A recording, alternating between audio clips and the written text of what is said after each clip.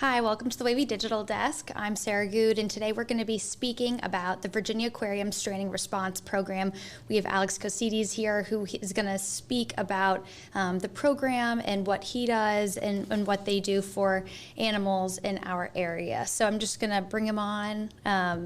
Alex, thank you so much for joining us today and giving us time to sort of speak about the programs and what you and your staff do. So I just wanted to jump in first. Could you just, introduce yourself and tell us about your role with the aquarium? Sure. First off, thanks for having us and for the interest. My name's Alex Costidis. I'm a senior scientist and stranding response coordinator. I help lead our stranding program. That includes setting some of our conservation and research priorities, um, and a surprising amount of paperwork, bureaucracy. Our staff are really the ones who are mostly hands-on with a lot of this stuff. Absolutely. And I'm sure you've done your fair share of work in the field. And I think I've seen you in some photos that were sent to us, and also from your work in previous years and previous coverage from different, media outlets around here. But for people who aren't familiar with the Stranding Response Program, can you just give a little bit of information as to what that is? You are with the aquarium, but you all do work more external to the aquarium. So could you just talk a little bit about your program? Sure. We're a public-private partnership. So we have a nonprofit foundation, and we're also part of the City of Virginia Beach structure. Kind of inexorably linked together. Our functions are fairly broad. The foundation of the Stranding Response Program is, as the name implies, response. That is our primary pillar, and it includes all field responses to sick, injured, distressed, and deceased sea turtles and marine mammals. Excuse me. And it naturally feeds both the rehabilitation arm and the forensic arm of our program. The other two pillars are research and conservation management activities. So for stranding response, we have 4 species of sea turtles in our waters and a whole host of marine mammals, including various species of dolphins, whales, seals, and even Florida manatees. So our first and foremost priority is to respond to either beached, floating, or swimming distressed animals or deceased ones, and either render care, provide humane relief, or examine them for science and management. And what you're seeing here, just for anyone tuning in, is just some of the B-roll of some of the work that the response program, has done and is doing. With your program, I think people are very curious as to what marine life, you all handle. And I think there's a wide range. And I think based on research, I was shocked, exactly what marine life we do have coming in and out of the area. Because I think, I think of turtles, recently we think of whales, but there is a wide variety of sea life that you all do manage. Could you just talk a little bit about, what kind of marine life you all do help with, either rehabilitation or research, somewhere along the lines of your practice? Sure. So our bread and butter, if you will, would be sea turtles and bottlenose Mm-hmm. dolphins. They're the most numerous of the critters we deal with. That includes, as I mentioned, 4 species of sea turtles, Kemp's Ridley being endangered and the rest being threatened in some capacity or another. And then bottlenose dolphins. Most of those animals I just mentioned are in our waters in sort of spring to early to mid fall. Um, and then we deal with other, uh, we would call them atypical species, or species folks in the area are less used to associating with our waters. And those are, for example, humpback whales are a common visitor. Seals do surprise people. They oftentimes think that they're sick or injured when they see them on a beach, and they're in fact just resting. and even manatees, even Florida manatees, as they're going through a range expansion. So um, those are um, those are the common culprits, if you will. There are several offshore species of cetaceans, so whales and dolphins, that do occasionally come on land, either with big storms or because they're debilitated. And there's a whole host of different species involved in that, both small dolphin type as well as what are called beaked whales, which are the deepest diving whale, and then other endangered species of large whale like fin whales and sei whale, as an example. And then the most recent example one being the North Atlantic right whale that we dealt with recently, which is critically endangered. So yeah, there's some rare or unique offshore species that occasionally grace our beaches, and then there are the common ones that we deal with. So, I mean, with that list, there is quite a wide variety of things that you all research, but also need to be experts on really in taking care of those animals. I mean, what type of, experts or scientists do you all have on staff to sort of, help through the process, whether the animal does need help, or maybe, as you said, you're in the process of doing more of the post-examination, if animals do wash up on the shore. So, what kind of staff do you all have? Sure. Well, our team's a bit of a mosaic. All of our staff, both full and part-time, have bachelor's degrees in biology. Three of our staff also have master's degrees. Our veterinary technician position requires a licensed veterinary technician, and then we also have two veterinarians and myself. I've got a Ph.D. in veterinary medical sciences. So um, we've got a fairly wide breadth of knowledge and experience. Our research can be quite variable, though admittedly it has recently taken a back seat because of our stranding response workload in recent years. But historically, our research has ranged from ecological research, such as, for example, tagging turtles with satellite tags to look at their range and distribution and behavior, to life history research, like examining diets of dolphins, and biomedical research from anatomy and physiology to pathology and forensics. So it's quite far ranging, from trying to understand how these animals make a living, if you will, to what harms or kills them and how their bodies are put together. Absolutely. And what you just mentioned, the tracking of the turtles, could you give us a little info on how you all do that? I mean, so do you search for the turtles out in the water and you tag them? Do you find where they lay their eggs potentially on land? What's that process like? So we are currently not doing any of that tracking, but most recently we've had both wild sea turtle captures, so on water captures where you go net turtles, and these are and then attach satellite tags, and these are important studies because you're essentially following the behavior of healthy animals. So at least in theory, there's less bias to the data. These are normal, healthy animals doing what normal, healthy turtles do.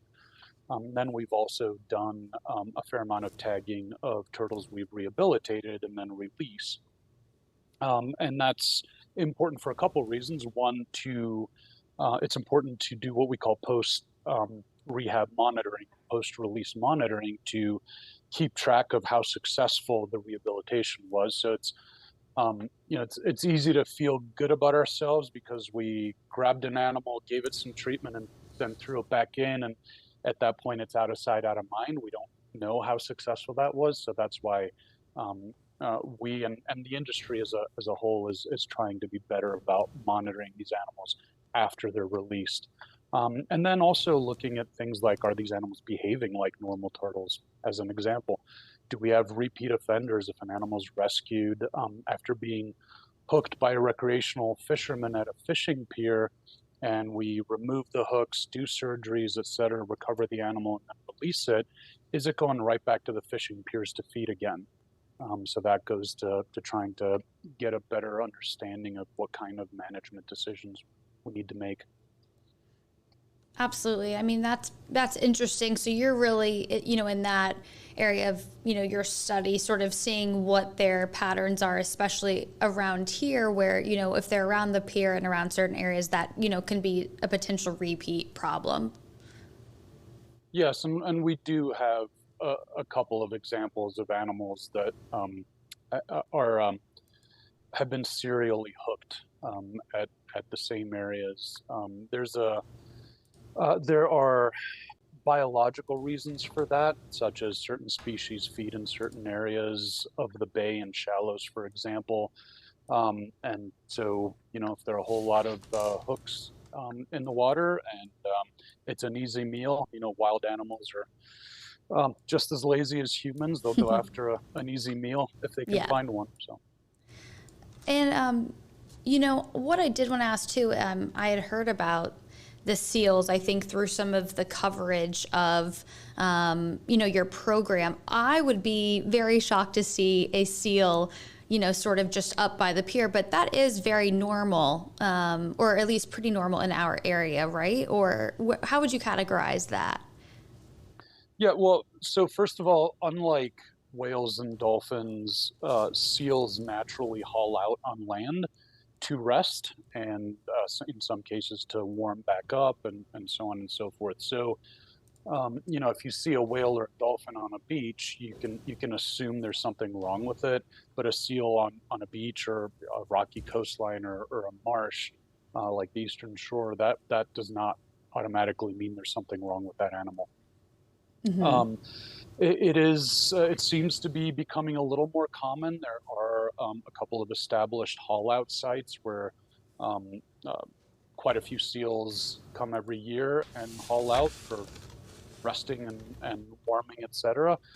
That has been documented. We seem to be getting more and more seal calls and sightings. So it, I'm not sure we know the exact cause, other than that there seems to be a population expansion for some species, for example, gray seals up north. So the mid-Atlantic is a bit of a frontier zone for some of these creatures. So seals are heading further south as their range expands, and manatees are heading further north as their range expands. So we're kind of in this unique region where we're getting northern cold water species coming in the winter because it's warmer here, and then in the summer we're getting southern warm water species coming up north. Um, so it's an interesting area, and our oceans and ecosystems are undergoing some changes too that we don't fully understand at the moment. So is that meaning, temperature changes or things like that, or is that, sort of a broader issue that has even more, things that you guys are still trying to understand? Uh, I'm sure temperature changes have something to do with it, but Hmm. I don't think we can uh, blame everything on climate change, or at least specifically on temperatures. There are a lot of changes going on in the ocean, in large part because of climate change. But there are also changes in prey distribution. There are changes, human-caused changes in habitat quality. There's been a very large die-off of manatees on the east coast of Florida because of all the seagrasses that died from large algal blooms that blocked the sun, and that was largely believed to be due to the nutrient runoff from human activities. So it's all linked, but the specific details and interplay can be quite complicated. And I'll be the first to say we do not study climate change at the aquarium or the Stranding Response Program. And I wanted to speak about, again, we're seeing some of the rescues here for those. I see people joining, throughout our conversation. But could you go into a little bit of detail as to what the response team really does when they are in action? So, let's say someone calls in, they see an injured sea turtle perhaps on the beach. Can you just talk a little bit about the strategy and what the team goes, what the response is? Sure, it's probably not surprising. It's a bit of a triage style approach. We have certain priorities, information priorities that we try to establish, sort of with a decreasing level of importance. First one, as an example, being, are we sure it's dead or are we sure it's alive? Especially with sea turtles and cold stone sea turtles, to be specific, they can be alive but look dead. So it's very common for people to, for the public to call them in as a dead turtle when in fact it's a turtle in desperate need of urgent care. And so first step is to actually verify whether it's alive or dead. And from there, it's kind of a flow chart. Depending on what the answer to that first question is, the response is going to vary. The urgency, the degree of urgency is going to vary. How much we may ask a citizen to help is going to vary. If it's a live animal in urgent need of care and it's 2 hours away from us, then and it's, say, in danger of drowning, then we may request some assistance that we normally wouldn't. These are protected species. They can be dangerous. They can carry diseases. So we do our best not to involve people too much from the public, since they don't tend to have the training or even the personal protective equipment. So while it can be a thrilling thing to be a part of and recognize that, we also, human safety is sort of number one priority. So we're limited in what we can ask folks to engage in. But at that point, if it's alive, then it's all hands on deck. It's get the crash kits and all the other equipment in the vehicles and get on the road as soon as possible. If it's deceased, then it really greatly depends on what kind of species, where it is, what the situation. Obviously, a 60-ton whale floating in a shipping channel is going to require a different response from a little dead green sea turtle. Absolutely. And you brought up, the good point, and I think that's one of the questions, I wanted to speak with you about is when people should know whether or not to approach or not. And I think from, research online and also from what you said, really the answer is call first and really don't approach the animal. Is that the correct, sequence of events that really should occur? Yeah, for starters, don't touch it. Don't push it back into the water unless you're instructed to by a professional. It's often very tempting to jump in and do something you think will help it, but without additional information, you may be doing more harm than good, and you also may be putting yourself in danger depending on the situation. So we always ask that you call our hotline immediately. That's at 757-385-7575. And speak to one of our staff manning the hotline, and they will talk you through it, steer you through what to do and what not to do. These animals can be quite dangerous, and they're also protected by federal law, in some cases a couple federal laws. And we just want to make sure we make decisions that take specifics about a species into account. How we respond to something is going to depend on what kind of species it is. Is it a social species, or is it a species that is largely a loner? Social species may not do well if set back on their own, debilitated. So our staff are trained to know important details about the different species, to identify medical issues, and to intervene in the safest and most humane way. So that's really our priority, is to not get any people hurt and to do as little harm to the animal as possible, or at least, if we can't help it, to give it a humane way out.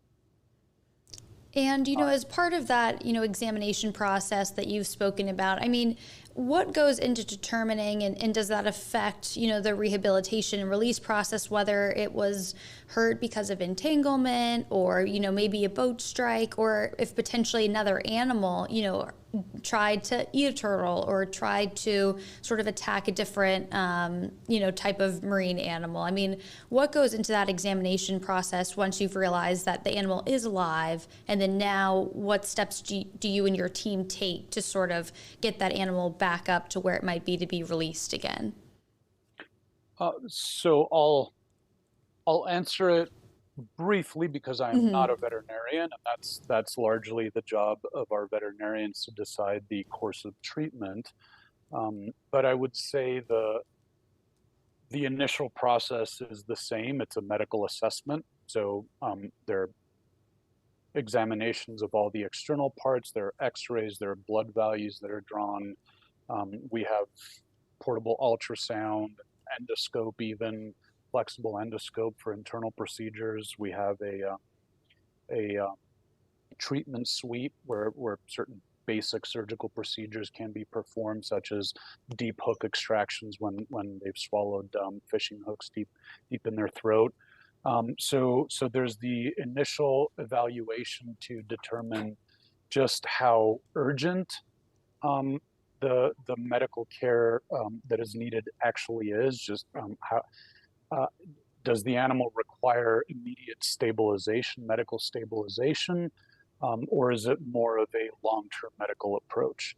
And so once that's established, then the veterinarians will prescribe certain treatments, both pharmaceutical as well as things like wound cleanings, et cetera, et cetera. Yeah, then there's, if it's not a quick release kind of scenario, like an easy hook removal out of the lip, a disinfection, and then a release. If it's more long term, then there's a whole host of treatments and protocols and medical rounds, weekly evaluations, and so on and so forth. So it's quite labor intensive and time consuming. Yes, it sounds quite extensive. I mean, from the rescue process through rehabilitation and release. I mean, it seems like there's quite a bit of detail and teamwork sort of that goes through that process for you all. Yeah, it is. It's always a give and take between what are the required resources, what are the available resources, what is the prognosis for the animal. Sometimes our veterinarians have to make really hard decisions about how humane it is to keep an animal alive and keep trying to treat it, even though it's not responding positively to a treatment, or it's getting worse, or a certain condition just is too severe and can't be fixed.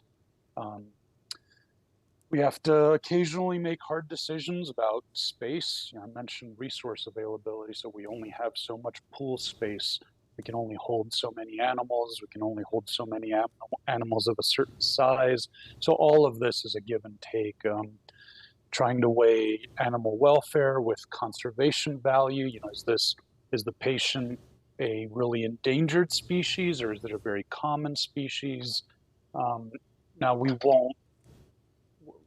we obviously will not euthanize or put down an animal because it's not a critical, an endangered species, nothing like that. We try to give every patient the best chance they have. But as far as how much we can engage in that those kinds of hard decisions sometimes do need to play in. And you mentioned something about conservation and how complex our ecosystem is here. I mean, how important is it for you all to sort of educate the public about our unique ecosystem here and our unique marine life? I mean, that's probably a big portion of the work of the aquarium, as well as sort of educating the public on how important marine life is here. I mean, can you speak a little bit about that aspect of it? Sure. So I think the answer to this question or this topic can vary based on a person's interests and values. So for some people, The importance of these animals is in their inherent value. So some people believe we should protect them because they are living, breathing, thinking animals with inherent value that we should respect. Other people look at them as natural resources that should be protected because they are part of the resilient but vulnerable ecosystem that actually sustains and supports our own lives on this planet. So whatever one's reasons are, I think an important reason that we should be paying attention to and monitoring these animals for is that they can be a harbinger of what's to come. So whether they are considered sentinel species or not, the varied creatures that we've been talking about occupy different levels within the food chain and the ecosystem, and so their condition can be a reflection of those ecosystems. Increased disease prevalence, reduced nutritional conditions, unusual species distribution, all those things can be a sign of changing environments. Uh, they can be important markers of critical changes that we should be paying attention to. And this is why we put so much effort into better understanding um, what is impacting these animals. Right, for the larger impact, to the community of what some of these, instances might mean. Yeah, to the larger community of the animals in the natural world, as well as to for human interests. Well, the last question I really wanted to ask and leave everyone with is, right now we're hitting sort of a warming up period, in our area. Who knows, that could change with like a rogue sort of cool front that comes in or whatnot. But we are getting into spring. I mean, are there certain marine animals that people need to be paying more attention to, right now going into the summer season? Uh, sure. So generally speaking, in our waters, the majority of animals and therefore strandings occur when our waters are warmer. So spring, summer, early fall. That's going to be when most of the sea turtles and bottlenose dolphins show up in our area. That's when the stranding numbers really spike. Um, uh, Cold snaps, especially sudden ones in fall, can lead to sizable cold stunned sea turtle events. I mentioned earlier they can look dead, but they're actually alive, just stunned by the cold. But now with the warming seasons, we should see the seals and the humpback whales head north, and we should start seeing the bottlenose dolphins and the sea turtles coming back into the bay and along the Atlantic coastline. And that's the time when, our boaters are right now trying to be more aware of those, is that the migration patterns, being more careful about, sort of the movement of whales or dolphins in our waterways? So the whale and whales and dolphins are um, kind of a different topic with respect to recreational versus commercial vessel traffic. So other than the noise of vessels, small cetaceans like dolphins generally are not hugely impacted by vessel traffic. I mean, there's harassment and there's, essentially chasing them out of important areas like the nursery, the dolphin nursery. We have in the Cape Henry area at the mouth of the bay, but whales are kind of a different story and a much more complicated challenge, I think. In our waters, recreational boating mostly impacts sea turtles. They're the ones that are mostly impacted, and it's a pretty significant source of mortality in sea turtles in our waters. And that's kind of a tricky problem to solve. Sea turtles are not. It's not like a whale. It's not very visible in the water, especially if you're going high speed. They have brown, dark green shells that look very similar to the water around them. That's an advantage to them with respect to other animals, but not so much with vessel traffic. So, um, the best recommendations we can give for that are similar to what we say about manatees and what's recommended in Florida to avoid manatee collisions, which is um, try not to speed if you don't have to too much. Wear polarized glasses so you can see through the water a little better and have a lookout on the boat. Um, but some of these collisions, unfortunately, are not avoidable given the number of animals in the water and the number of boats on the water. Sure. And, with that, I mean, I know that where I've been in North Carolina and certain places up the coast in South Carolina, that is where we see a lot of sea turtles laying their eggs. I mean, is there a place in Virginia Beach where, that's more prevalent? Is that going sort of down toward the North Carolina border?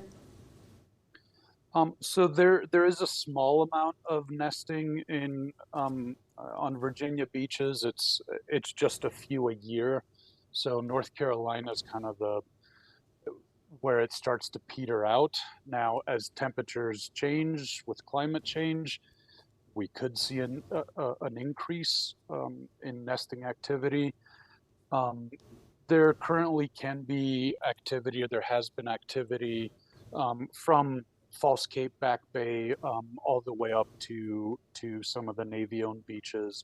Um, we um, we supervise nest monitoring on city beaches in Virginia Beach, but it's a collaborative effort with the Navy for their property as well as Fish and Wildlife down in Back Bay um, that monitor and do things like nest relocations down there. So it really can be on any of our southern beaches. It's not a huge amount of activity right now, but it could change. Well, Alex, I mean, I'll give you the floor for anything else that you feel like we've left out. I mean, I know that we just touched on sort of a minor piece of what the whole program is, and I know and I can only imagine that the days vary quite a bit throughout the year and throughout the years you've been with the program. But if there's anything else, that maybe is cause for concern for our viewers just to know about, or anything that you feel like is really pertinent to our conversation, just before we leave the conversation. I guess all I would say is that we are always grateful for all the support we get from the community, calling these animals in, these events in, assisting us when we need it.